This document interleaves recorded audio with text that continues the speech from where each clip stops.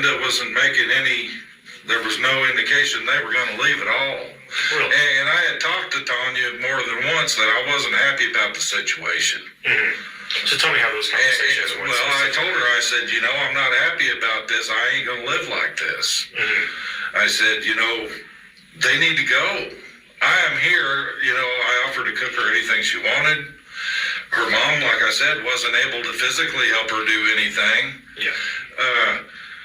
And like I said, I felt intruded upon. I felt disrespected. And, I pay the fucking bill on that place. So that gives me some say. Granted, she's on the note too. So, Linda came in and burrowed in like a tick and just pretty much made it obvious that she wasn't going anywhere. And she knew very well that I was not happy about it, because when I talked to Tanya probably Wednesday, and I left the front door open. Her mother was in the kitchen right there, and I left the front door open so she could hear every goddamn word. Okay. Did they ever approach you about that? No. Okay.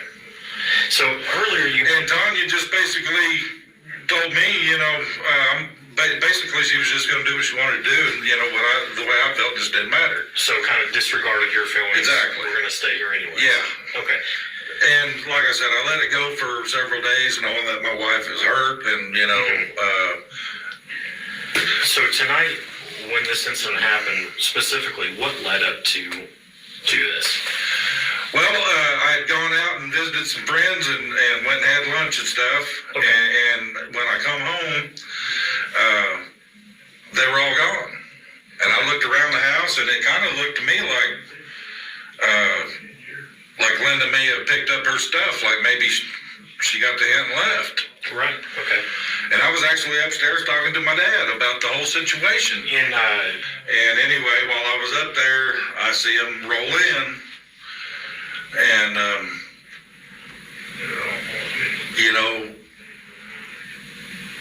I went down there, and I walked in, and they're all sitting there in the kitchen. And this is downstairs? Downstairs. I walked in, and I said, Ron and Linda, you need to leave. And my wife said, they're not going anywhere. I'm the half owner of this place. They stay here as long as they want to. Mm-hmm. So I went outside, I got my gun, I walked back in, I shot them all in the head. Then I shot them all in the head again to make sure they were down. Okay. So where was Ron at when you shot him? Sitting in my chair at the table. Sitting in your chair at the table. And when I told them they needed to leave, they didn't make a move to get up. They looked at her and decided they were staying. They just ignored you. And that's when I decided, all right then, because I warned her earlier in the week, and I told her I was very unhappy about this, and I said, you're going to make me go off. Mm-hmm. And if you do, this is on you. Yeah. And this is what she got for it. She made me go off, and now there's 3 fucking dead people. It was over and under a minute. Mm-hmm. I didn't start off with a handgun. Mm-hmm. That's where it ended up. Yeah. Who was the first one of the 3 that you shot? Ron. You shot Ron. He was in your chair. Did he see you coming, or? Yeah. What did he say? He started to turn. First he looked at her, and he started to turn his head to me, and by then I got him. And Linda was all fucking surprised that I just shot Ron, and I shot her in the fucking head. Did either one? And then I turned and I shot her in the head. Yeah. I warned them. I fucking told them. I guess she decided to call my bluff, so here we are. Did any of them get anything out verbally? No, nothing more than a little bit of a squeal. Like I said, it was all over real quick. So they didn't have time to even say anything? I shot them all 3 in the head, and then I shot him in the head again because I thought I seen him twitch, and I heard her gurgle, I heard Linda gurgle a little bit, so I went and put another one into her, and then I come back around to where Tanya was sitting, and I shot her again in the head to make sure she was done. How long had you and Tanya been married? I don't know, 5, 6 years. 5, 6 years. I gotta ask Jesse, how are you feeling right now? I'm upset, Sure. Like I said, I didn't start off wanting to do this. I never wanted to do this. I feel like they pushed me to the point that I had to do it. So you've given me a very understandable story about what's going on the last week, but specifically, can you kind of tell me like what has really specifically been happening between you and Linda and Ron for it to lead up to this? Like what kind of exchanges have there been between I haven't had no exchanges with them. That's the point. I don't like them. I don't want to be in their life. I don't want them in my life. That's what the whole fucking problem was. They pushed themselves into my life. Had there been any threats back and forth on their side? Nothing? No threats or anything like but I did tell Tanya earlier in the week that I was really unhappy with the way this was going and I wasn't going to put up with it. And if she persisted that, it was going to be on her, the consequences would be on her. And I guess she decided to call my bluff today. Okay, and so when you told Tanya that the consequences would be on her, did you, elaborate and tell her what those consequences were? No, I didn't. Did she ask or anything like that? No. So it was kind of open-ended? Yep. Did you know what you were meaning at the time? No, I didn't know what I was going to do, but I knew it wasn't going to be fucking good. And here's the deal, I'm a veteran. And generally speaking, most people that know me know when I say that I will do something, I will absolutely do it. Don't try me out because I'll do it every damn time. Take me serious when I tell you something, and they did not take me serious. So this is the consequence of that. Now, I've killed them and ruined the lives of, their family, and I've ruined my life. I don't need a lawyer. I know what I did, and I know what I did was wrong, but the truth of the matter is I couldn't stop myself from doing it. It happened so fucking fast, I couldn't stop myself from doing it. Have you had episodes or any sort of... Yeah, I've been PTSD ever since I come out of the war. I've been dangerous for a long time, and I've been able to maintain and not get into trouble. Sure. I mean, you check my record. I ain't got nothing on me. I haven't done shit. Sure. But there's been 100 times over the years that I've gotten really close to being in serious trouble and was able to resist the temptation of letting go. This afternoon, I was pushed to the point I could not resist. I'm assuming at some point deputies came and put handcuffs on you. Yeah, and I'm going to tell you, your guy Beatles, y'all better watch that one. He's got a mean streak to him. Okay. Just to let you know that. Okay. I mean, I realize I just killed 3 people, but I also fucking called you guys to turn myself in without fighting. Okay. So there was no need for that shit that he pulled. Okay, well, and I'll tell you, Jesse, it's, to me personally, it's my intent to treat you fairly. And if at any point you feel like I haven't, stop me and we'll address it. Right, well, I'm telling you that he didn't treat me fairly, but I understand that's the way he is. Okay. That's why I'm telling y'all, you better watch that guy. Okay. You're going to have problems with him. Okay. Well, is there anything else that you think is important for me to know about this situation or this incident or any backstory? Anything else that you would like to tell me? Really, that's all that you need to know about the whole thing. I mean, you know what? This has been brewing for a week here, and like I said, she moved in on me Saturday last week, and I have really bit my tongue, and I've tried to stay away from them. But every time Ron would show up and just walk through my door, that, like I said, I'm the one that pays the mortgage on the place. I really felt pretty disrespected. I wouldn't just assume that I could go to anybody else's house and just walk through the damn door. Sure. You don't do that.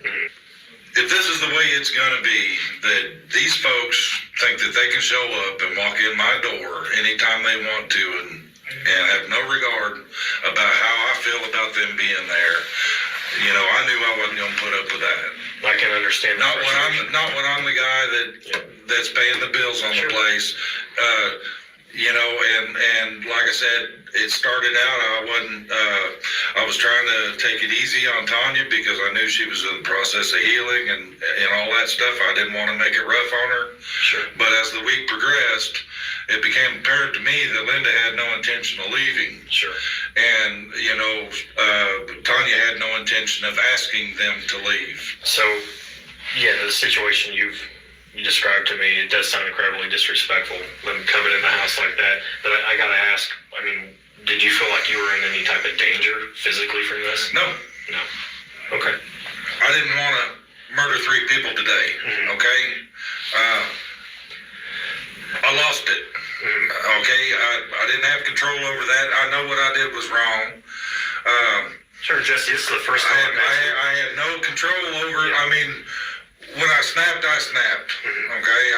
Like I said, I know it wasn't right, okay? And I'm not trying to say that them forcing their way into my home and doing that justifies what I did, because it didn't. Sure, and Jesse, clearly, by what you just said, a mistake has been made, but I'm not going to sit in here and berate you for it. I'm just trying to get the whole story. Yep. So I'm not going to sit in here and judge you and talk down to you. That's definitely not what I'm trying to do.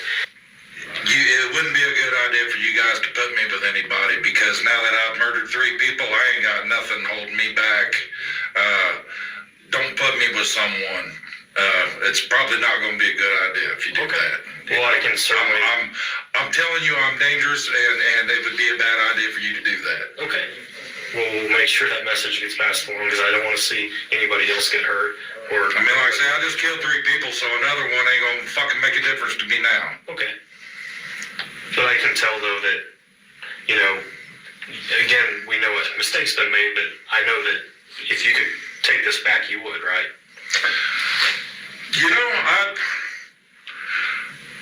I would like to. I wish I could take it back, but on the other hand, I really wish I hadn't been put in that position. Sure. I've been waiting a fucking week. I've got a personal code. If someone disrespects me 3 times, then I'm gonna fix that problem. Sure. And I've went way over the 3 times this week in an effort to try to make this work. And this afternoon when I walked in, I wasn't loud screaming at him, wasn't trying to fight with him. I was very calm. I just said, Ron, Linda, you guys need to go. Tanya had every opportunity to stop this. I talked to her Tuesday or probably Wednesday.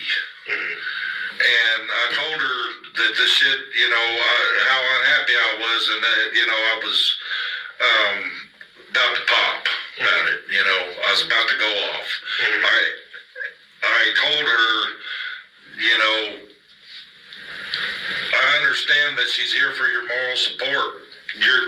But this is enough. I've had enough. And, she had no respect for what I wanted.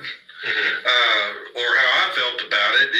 She was going to do what she wanted to do, and by today they were making a point with me about they're going to do what they want to do.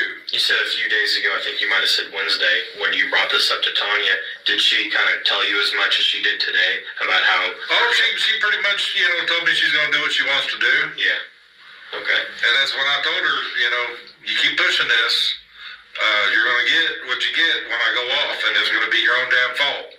Did you and Tanya ever get into arguments about other stuff? I know all married couples get in fights once in a while, but did you guys ever get into it about anything else other than her parents? Sure. What kind of stuff would you guys get into it about? She was pretty disappointed, when my hip and my knee and my low back went out and I couldn't work anymore. Yeah. She was pretty disappointed about that. Did any of those arguments become physical? No. Okay, so she never brought any violence on you? No. You never brought any on her? No. Any verbal threats one way or the other? No, not really. Okay. All right. Well, I think that's going to be it. Again, Jesse, I really do appreciate you sitting in here and being cordial with me and helping me understand what happened. It does mean a lot, and that I'm going to document everything we talked about in the report, and I'm going to document it just like you told me, just straight up facts. And, that's why it's important to talk that way. I'm not having to speculate or guess about anything. So what we're going to do now is I'm going to walk you over to the jail, and I'm going to come back over and work on what's called a probable cause statement. and I'm going to send that probable cause statement to the Greene County Prosecutor's Office. And once I get that to them, they'll review it, and they'll decide if I have probable cause to believe that you committed murder today or not. And depending on how they review that, there might be a warrant issued for your arrest, which point would be a bail or a bond. Obviously, you'd already be in the jail, but that's going to be kind of the next part of this. I really don't expect to be bonded or bailed out. Sure. I know I ain't going anywhere or doing anything ever again. That's just the procedure that every single case goes through.